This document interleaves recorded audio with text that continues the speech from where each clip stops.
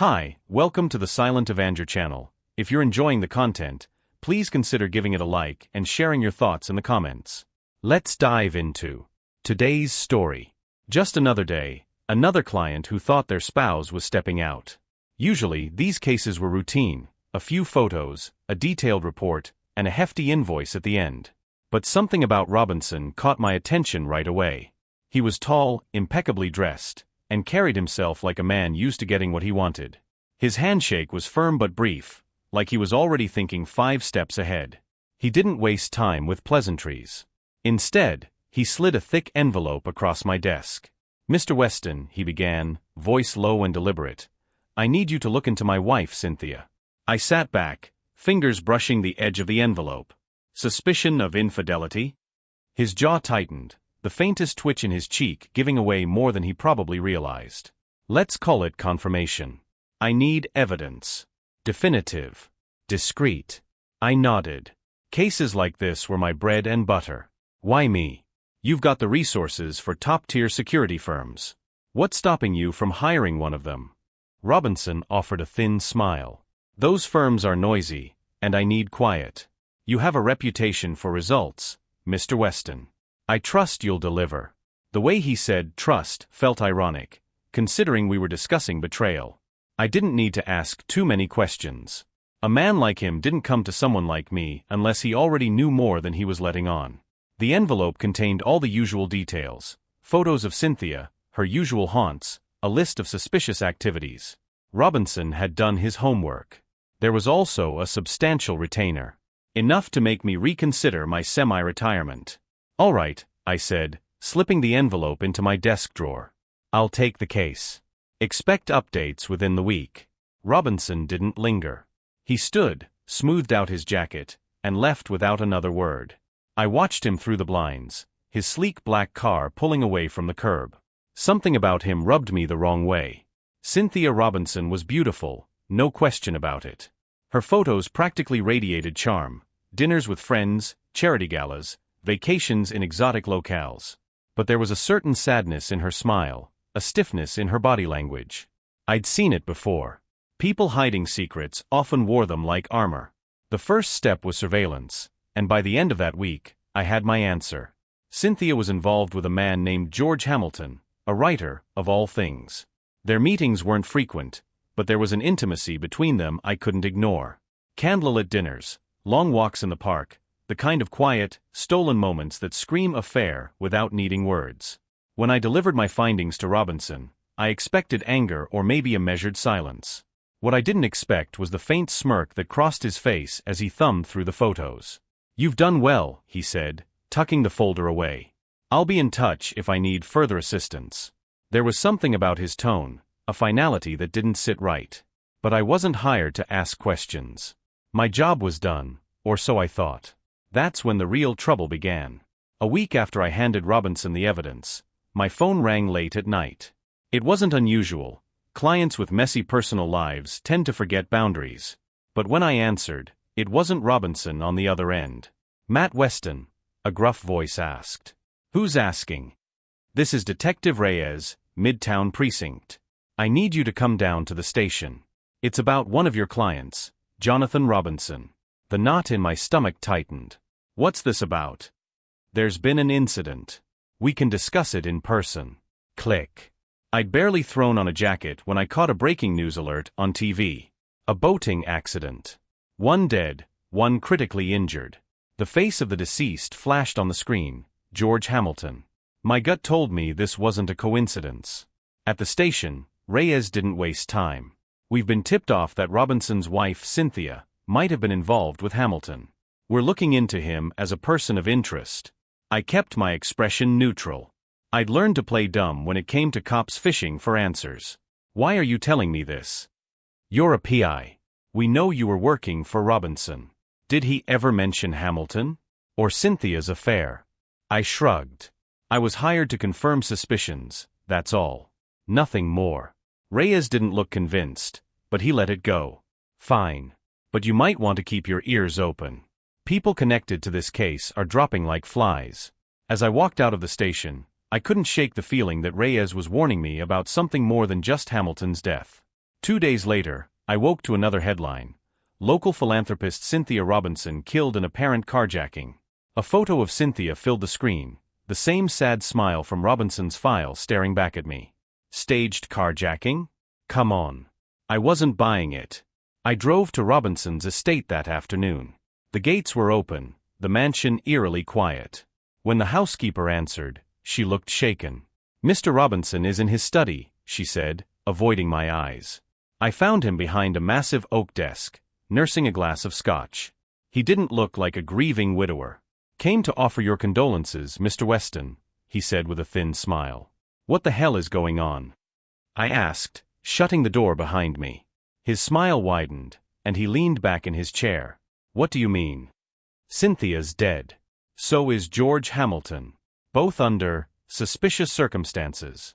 He swirled his drink, calm as ever. "You think I had something to do with that? I think I handed you photos of your wife with Hamilton, and a week later, they're both gone. You tell me what I'm supposed to think." For a second, his mask slipped. His eyes darkened, and I saw a flash of the man beneath the polished exterior. "If I were you, Weston, I'd tread carefully. You don't want to get in over your head." It wasn't a denial, and it wasn't a threat, it was a warning. I left the mansion with a bad taste in my mouth. Robinson might have been slick, but I'd spent years reading people. He wasn't just guilty, he was reveling in it. That night, as I sat in my office going over the case files, my phone buzzed. An unknown number. When I picked up, a low voice said, "You're looking in places you shouldn't be, Weston. Walk away before you get hurt." The line went dead. This wasn't just about a rich man protecting his wealth anymore. Something darker was at play, and I had the sinking feeling I was already in too deep. I couldn't sleep that night. The calls, the deaths, Robinson's smug warning, it all churned in my head. By morning, I was certain of one thing: I wasn't walking away. I had a contact in law enforcement, a guy named Pete Weller.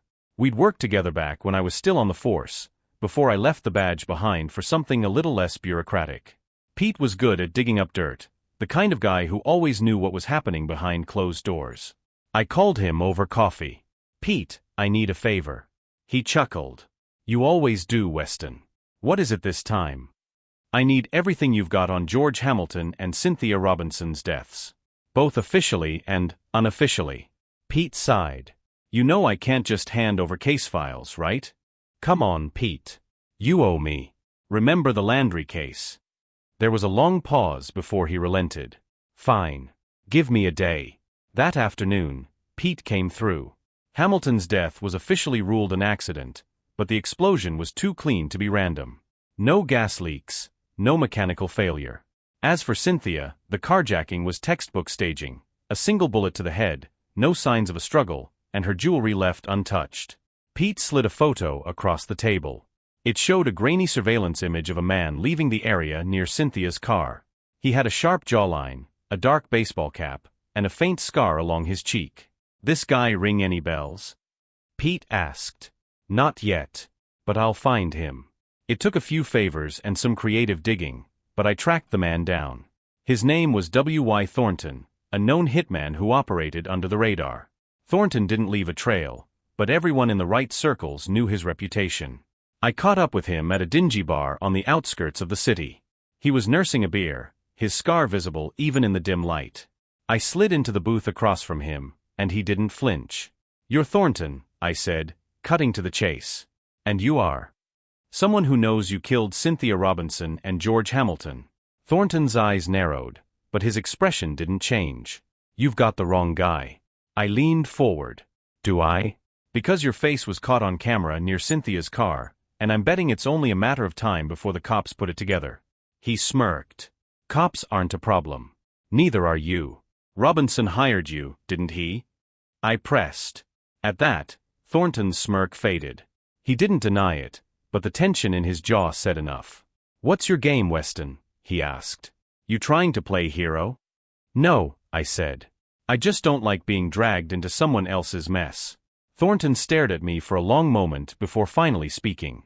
"You want answers? Fine. Yeah, Robinson hired me. Wanted his wife and her boy toy out of the picture. Clean, quiet, no loose ends. But I don't talk about clients, so this is as far as it goes." He stood, tossing a few bills on the table. "Walk away, Weston. Some rocks aren't meant to be turned over."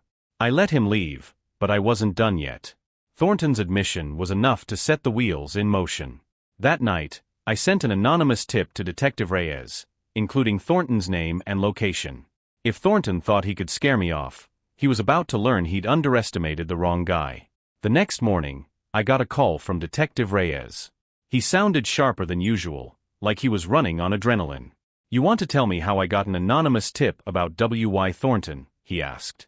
"I figured you could use a lead," I said casually. "Well, we found Thornton. Picked him up outside his motel an hour ago." "Did he talk?" Reyes hesitated. "Not yet. He's stonewalling. But we'll get there." "And Weston? If I find out you're more involved in this than you're letting on, we're going to have a serious problem." I hung up, satisfied. Thornton in custody was good, but it wasn't enough. Robinson had money, power, and connections.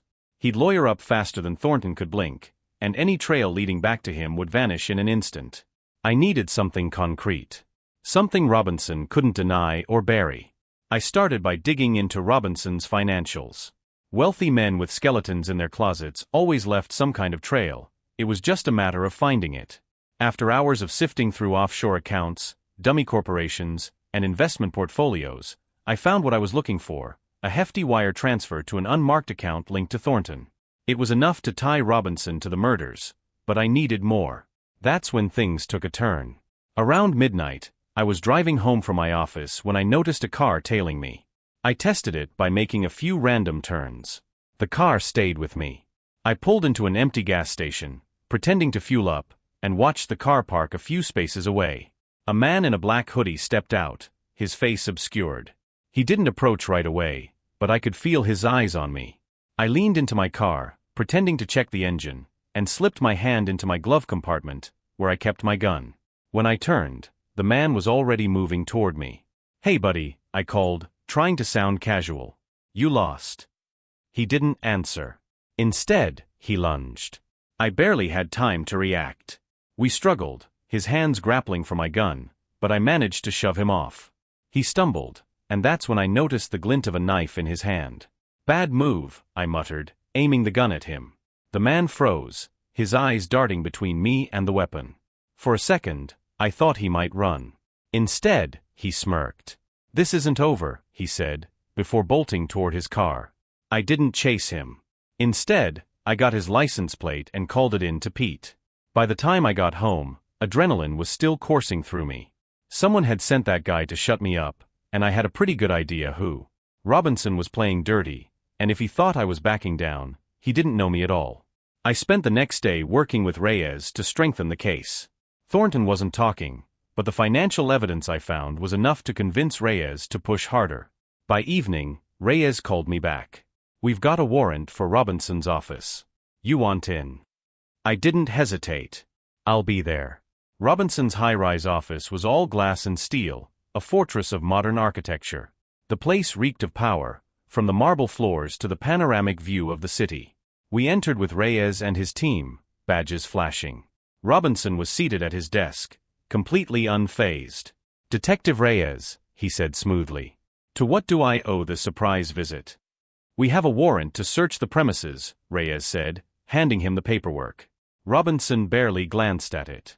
"What exactly are you hoping to find?" Reyes didn't answer, but I couldn't resist. "Evidence. You know, the kind that puts you away for a long time." Robinson's eyes flicked to me, his smile thinning. "Weston. Still playing the hero, I see." The search turned up exactly what we needed: encrypted files on Robinson's computer, detailing payments to Thornton and surveillance logs of Cynthia and Hamilton. Robinson's calm demeanor cracked as Reyes handed him a pair of cuffs. "This is absurd," Robinson snapped. "Do you have any idea who I am?" Reyes smirked. "Yeah. You're a murderer. Let's go." As they led him out, Robinson glanced over his shoulder at me. "You think you've won, Weston. But this isn't over." Maybe it wasn't, but for now, I had the upper hand. Justice wasn't just about the law. It was about people like Robinson knowing they couldn't get away with everything. I didn't have time to celebrate. This wasn't over yet. Robinson's arrest made headlines the next morning. The The media spun it into a spectacle. Wealthy businessman Jonathan Robinson charged with murder in wife's death. His mugshot plastered every TV screen in the city. It wasn't every day a man like him got taken down, and people were eating it up. But I wasn't celebrating. Not yet. W.Y. Thornton had gone quiet. Despite the financial evidence tying him to Robinson, he was still refusing to talk. Without his direct testimony, Robinson's lawyers were already working overtime to poke holes in the case. The media frenzy didn't help. Every talking head on TV speculated about motives, evidence, and whether Robinson's wealth would shield him from real consequences. I knew how this worked. Cases like these could unravel in court if one thread was pulled loose. Reyes called me that afternoon. "Weston, we've got a problem." "What now?" "Thornton's lawyer is angling for a deal. He'll talk, but only if we cut his sentence down." I sighed. "Let me guess, Robinson's team is using this to muddy the waters?" "Bingo," Reyes said. "They're claiming Thornton acted alone. They're spinning this as a rogue hitman looking for a payday, trying to keep Robinson's hands clean. They think they can pin the whole thing on Thornton?"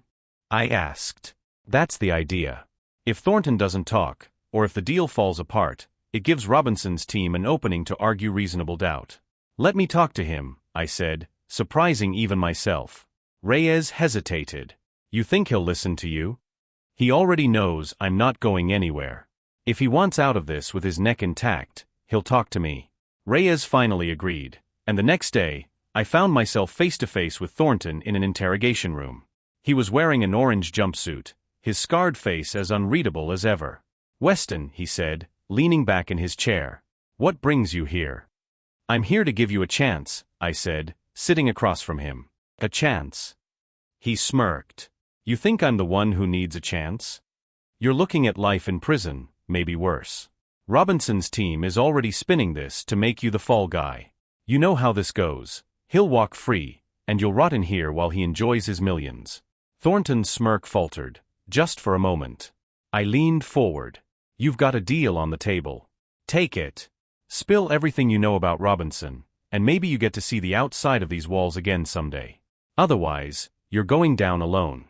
Thornton tapped his fingers on the table, his eyes narrowing. "You think I'm stupid, Weston? You think I don't know what happens to guys like me who talk?" "I think you've got two options," I said, my voice steady. "You can go down as the guy who took the fall for a billionaire who doesn't give a damn about you, or you can flip the script and take him down first." For a long moment, Thornton said nothing. Then he leaned forward, his voice low.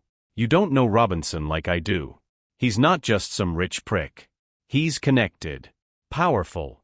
If I talk, it won't just be me he comes after. It'll be anyone I've ever worked with, anyone I care about."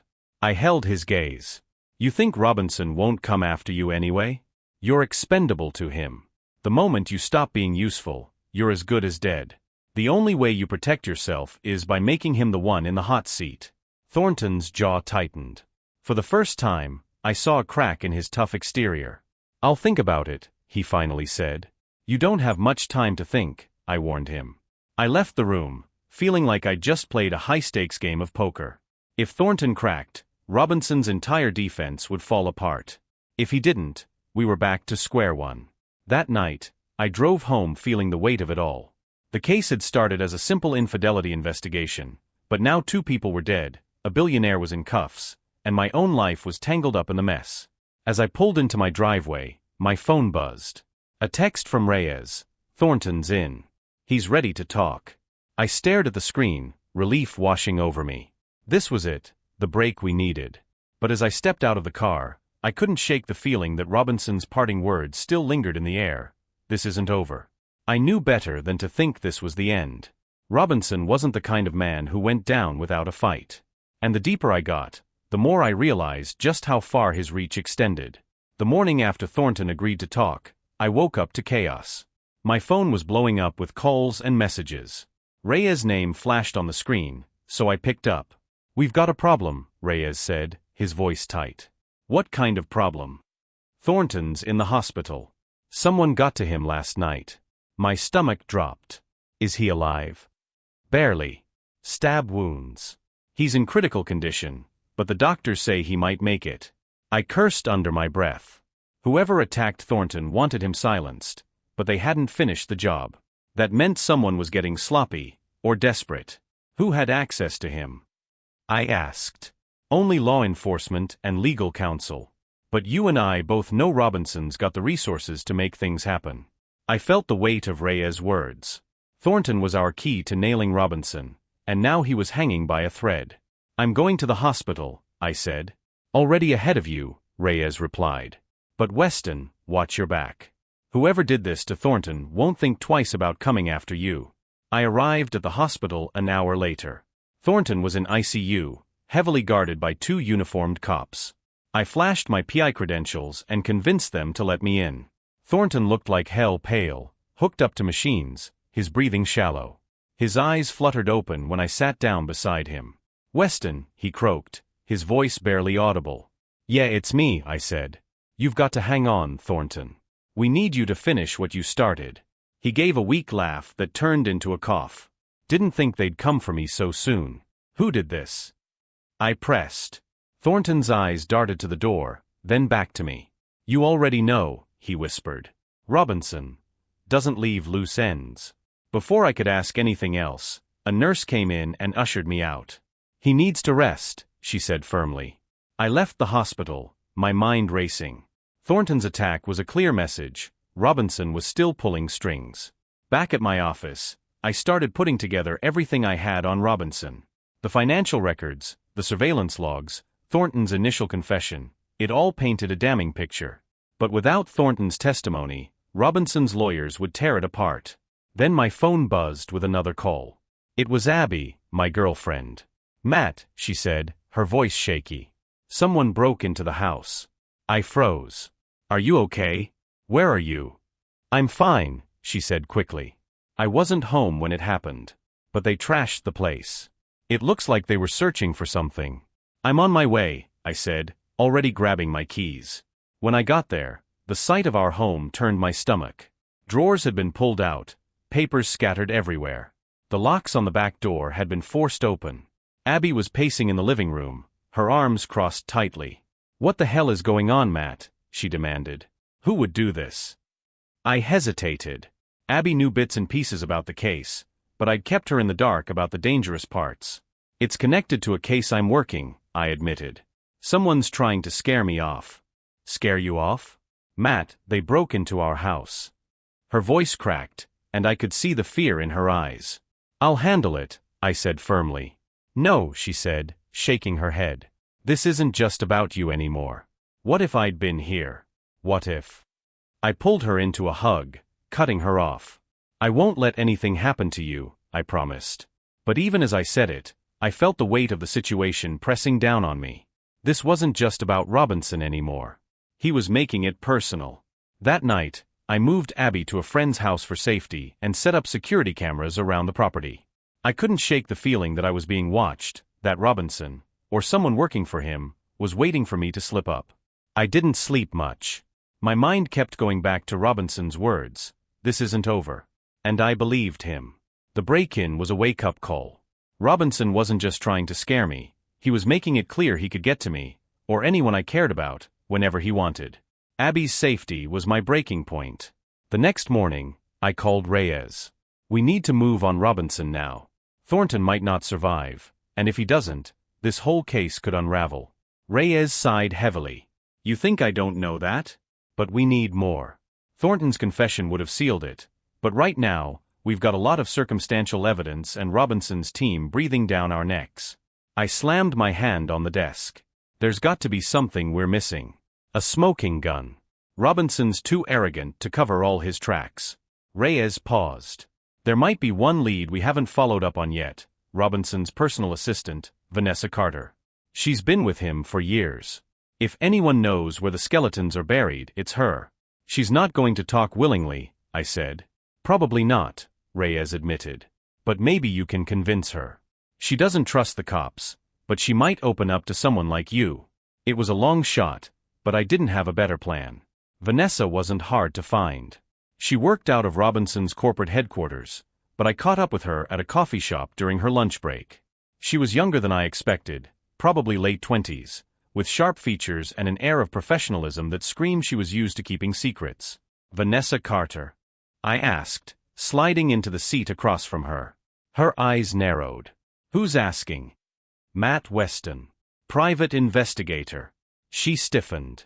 If this is about Mr. Robinson, I can't help you. Can't or won't. Her jaw tightened.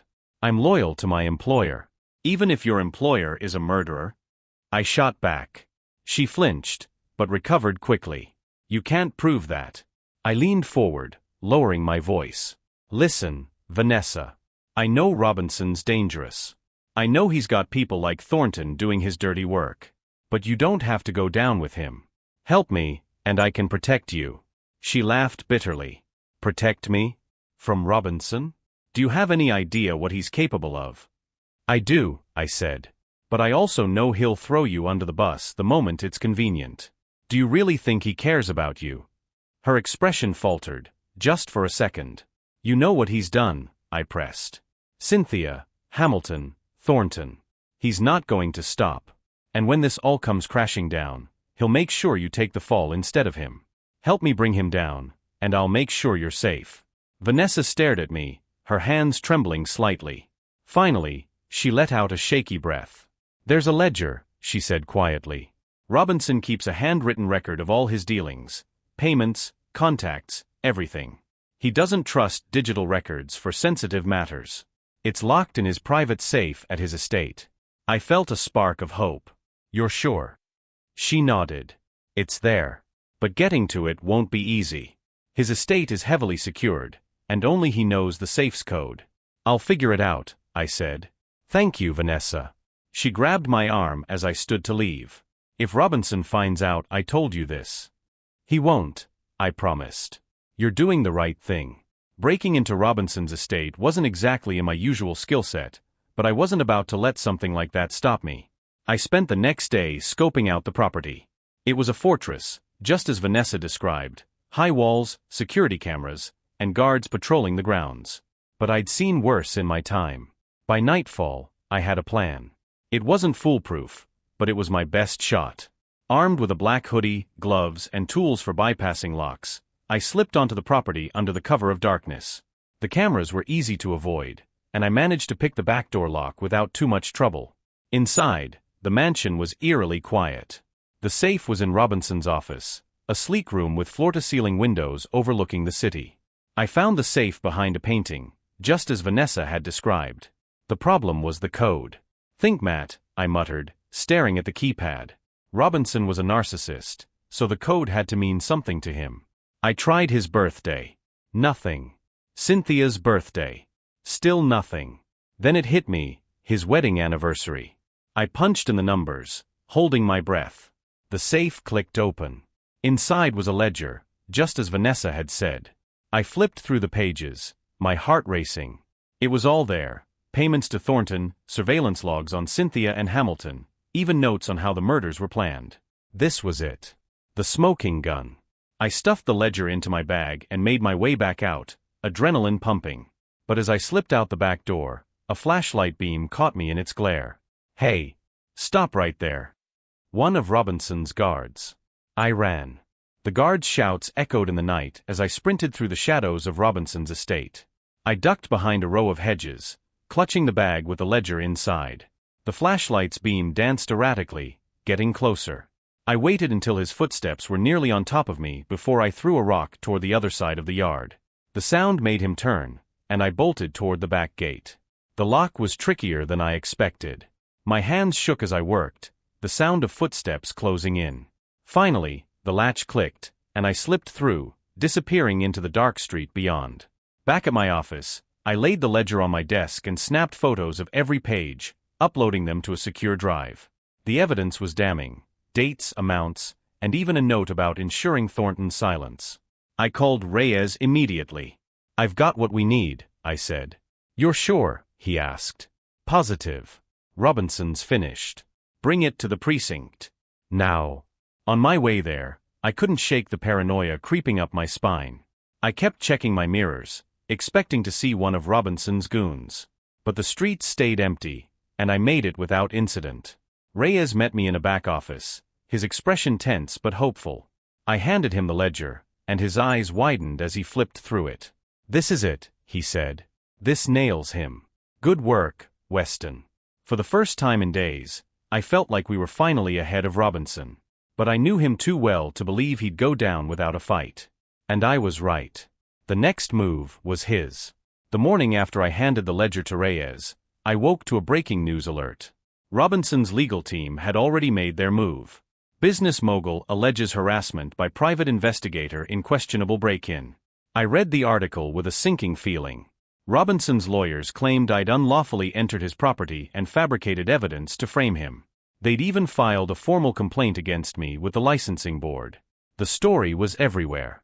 Robinson was painting himself as the victim, a wronged man targeted by an obsessive investigator. It was a calculated play, and it was working. I called Reyes immediately. "You've seen the news?" "Yeah," Reyes said grimly. "Robinson's team is scrambling. They know the ledger is real, but they're trying to discredit you before it can go public." "Great," I muttered. "Now I'm the one on trial." "We've got the ledger, Weston," Reyes reassured me. "That's all that matters. As soon as Thornton's stable enough to testify, this whole circus ends." But I wasn't convinced.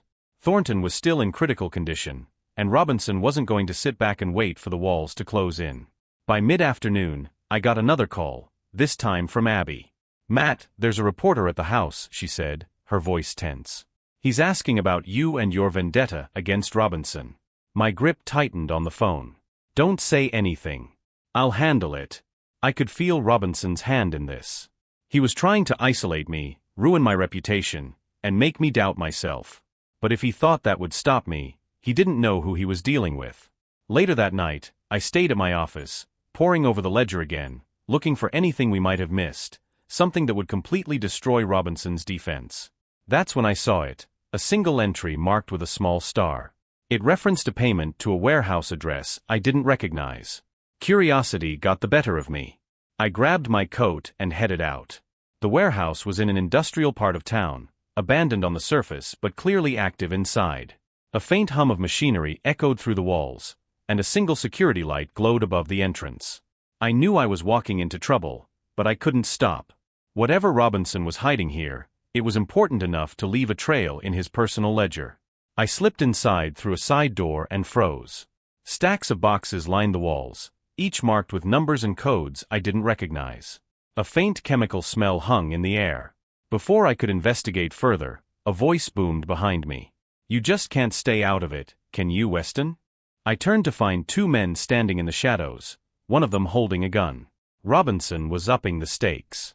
And this time, he wasn't playing around. I didn't go straight back to my office after the warehouse. The evidence I found was too volatile to risk getting intercepted. Instead, I made copies of everything: photos of the cash, the vials, and the shipping logs I found in the crates. I uploaded it all to a secure cloud storage as insurance. The next morning, I met Reyes at a diner. His face was tense, his coffee untouched. "You look worse than me," I said, sliding into the booth. Reyes didn't laugh. "What have you gotten yourself into, Weston?" I showed him the photos. "Robinson's not just a killer. He's running something bigger, money laundering, maybe a drug operation. Whatever it is, this ties him to more than just Cynthia and Hamilton." Reyes studied the photos, his frown deepening. "You're saying Robinson's laundering dirty money through his businesses?" "Or worse," I said.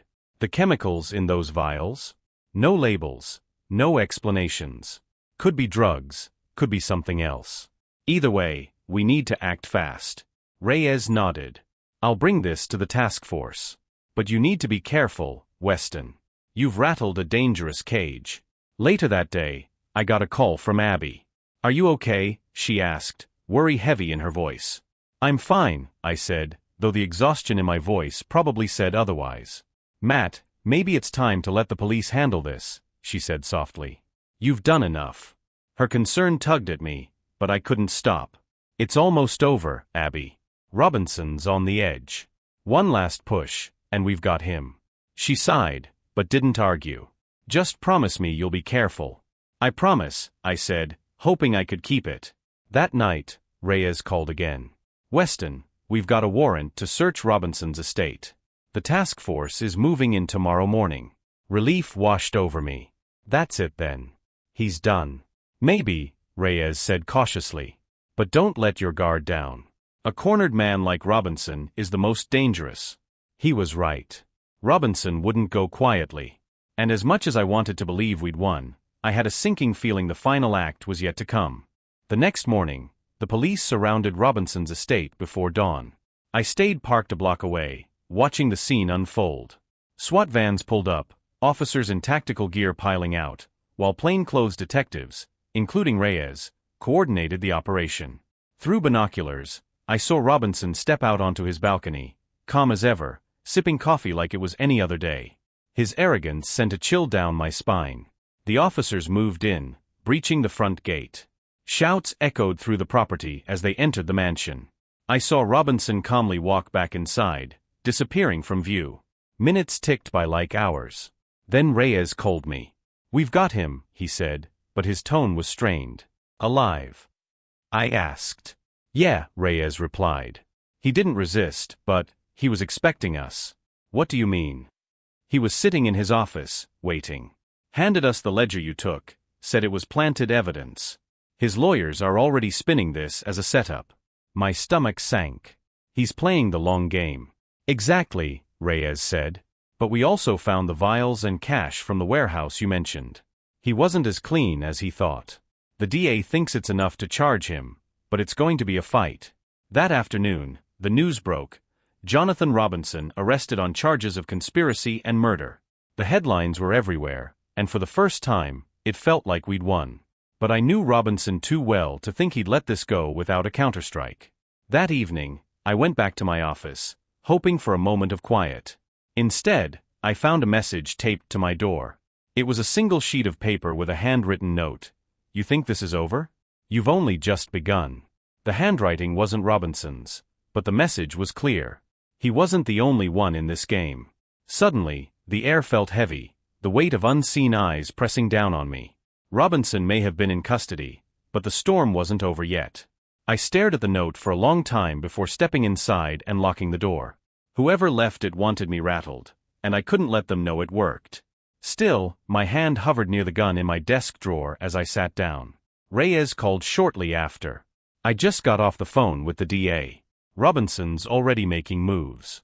His lawyers filed motions to suppress the evidence from the warehouse, claiming it was tampered with. They're trying to get the case thrown out before it even begins." I sighed. No surprise there. The guy's a pro at muddying the water. "Yeah, but it's worse than that," Reyes said. "The judge assigned to the case? Robinson's got connections. If they can't suppress the evidence, they might delay the trial long enough to bury the momentum." My grip tightened on the phone. "So what do we do?" "Find more," Reyes said simply. "Something undeniable. Something his lawyers can't spin." That night, I reviewed everything again: the ledger, the warehouse photos, the surveillance records. It all pointed to Robinson, but it wasn't bulletproof. I needed something personal, something that tied him directly to the crimes. I decided to revisit the warehouse, risky as it was. I had a hunch there was more hidden there, something the police didn't find during their sweep. The warehouse was quieter this time, though the faint hum of machinery still lingered. I moved cautiously, flashlight cutting through the shadows, searching for anything I missed before. Behind a stack of crates, I found a small locked cabinet. Using a crowbar, I pried it open to find what looked like an old notebook. Its pages were filled with scribbled notes, transaction details, and names, lots of names. One entry stood out: CNR cleanup. WY paid. M overpaid. Cleanup. That was the code word for Cynthia and Hamilton. It wasn't just a ledger entry, it was a direct admission of payment for the murders. As I flipped to the last page, I froze. My name was scrawled there, alongside a note: W, monitor activity. Contingency in place. Contingency? A chill ran down my spine. Robinson hadn't just planned his defense, he'd anticipated everything, including me. I left the warehouse quickly, the notebook secured in my bag. As I reached my car, headlights suddenly flared to life behind me. A black SUV sped toward me, tires screeching. I barely dove out of the way before it slammed into my car, sending it skidding across the lot. The driver's door opened, and a man stepped out, a gun gleaming in his hand. "Time to wrap this up, Weston," he said. Robinson's reach wasn't just in court. He was still pulling strings, and this time, he wanted me gone for good. "Robinson doesn't like loose ends," he shouted, voice echoing across the lot. I scanned for a way out. My car was totaled, the notebook, the key to bringing Robinson down, still inside my bag. I couldn't let him get it. "Come out, Weston," he yelled. "I don't want to make this worse than it needs to be." I gritted my teeth and grabbed a piece of rebar lying near the crates. His footsteps drew closer, and when he rounded the corner, I swung hard, catching him in the arm. He stumbled with a pained grunt, dropping his weapon. We both lunged for it, colliding in a chaotic struggle. He was bigger, stronger, but I was desperate. He pinned me briefly, but I jammed my elbow into his ribs, sending him off balance. I scrambled for the gun and managed to grab it first, leveling it at him as I stood. "Stay down," I said, voice sharp. The man froze, breathing heavily. "You think this changes anything? Robinson's already won." Ignoring him, I backed toward the road, the bag secured over my shoulder. A passing truck appeared in the distance, and I waved it down. The driver, an older man, looked hesitant but stopped when he saw my condition. "Please," I said, climbing into the passenger seat. "I need to get out of here." Without asking questions, he nodded and pulled away, leaving Robinson's man behind. Back at my office, I scanned the notebook, every page more damning than the last.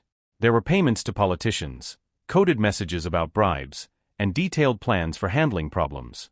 Robinson's entire operation was laid bare. I sent the files to Reyes immediately. His reply was brief but resolute. "This is what we needed. Time to end this." But even as the tide turned, I knew Robinson wasn't done. He'd proven how far he'd go to silence anyone in his way. It wasn't over yet, not until I saw Robinson finally face the justice he'd spent his life avoiding. The next morning, Reyes called with urgency in his voice. "We've got a court order to use the notebook as evidence. Robinson's lawyers are scrambling, but the DA is moving to press full charges." "That's good," I said, pacing my office. "But what about Thornton? Is he stable enough to testify?" "Barely," Reyes said.